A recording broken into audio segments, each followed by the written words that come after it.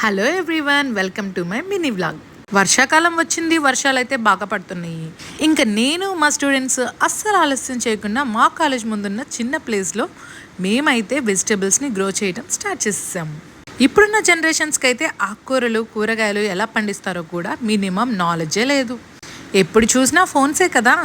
అందుకనే నేను వాళ్ళతో ఒక చిన్న యాక్టివిటీ లాగా ఉంటుందని వాళ్ళ చేతే కూరగాయ విత్తనాలు వేయించాను. ఆపరేషన్ స్టార్ట్ అన్నట్టు మేము కూడా మా దగ్గర ఉన్న స్థలాన్ని చక్కగా పని వాళ్ళతో పాటు మేము కూడా ఎటువంటి రాళ్ళు లేకుండా భూమిని మంచిగా చేసాం. కొంతమంది స్టూడెంట్స్కి అయితే వెజిటేబుల్స్ తింటారు, కానీ వాటి సీడ్స్ ఎలా ఉంటాయో కూడా కొంచెం గుర్తుపట్టలేకపోయారు.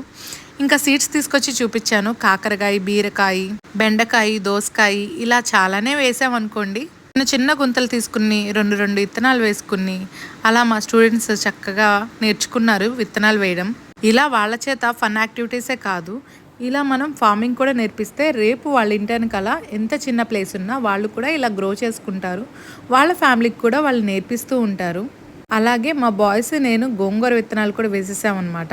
ఇంకా కొన్ని రోజులు అయిన తర్వాత గోంగూర చూసారా ఎంత ఏపుగా పెరిగిందో, సూపర్ ఉంది కదా. అవైతే మల్బరీ చెట్లు అనమాట. చిన్న కొమ్మ తీసుకొస్తే అంత పెద్ద అయినాయి. వాటితో పాటు టమోటా నారు, వంగ నారు కూడా వేసామన్నమాట. ఇంకా బెండకాయ చెట్లు అయితే 4 లైన్స్ వేసాము. 2 లైన్స్ వచ్చేసరికి బీరకాయలు, 2 లైన్స్ దోసకాయలు, 2 లైన్స్ అయితే కాకరకాయలు వేసామన్నమాట. ఇంకా చెట్లు చూసారా ఎంత బాగున్నాయో. ఆ చెట్టుకైతే చిన్న బీరకాయ కూడా వచ్చిందో.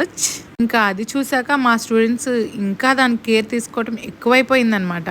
ఇంకా ఎప్పుడైతే చిన్న చిన్న పిందెలు రావడం స్టార్ట్ చేసిందో ఆ చెట్లకి చిన్న కలుపు వచ్చినా కూడా మా స్టూడెంట్స్ మొత్తం తీసేస్తున్నారనమాట. నేను చెప్పకుండానే విత్తనాలతో పాటు వంకాయ నారు, మిర్చి నారు, టమాటా నారు తెప్పించి మొత్తం వేయించారనమాట. అలా ఏదో మా తరపు నుంచి పర్యావరణాన్ని సంరక్షిస్తున్నాం.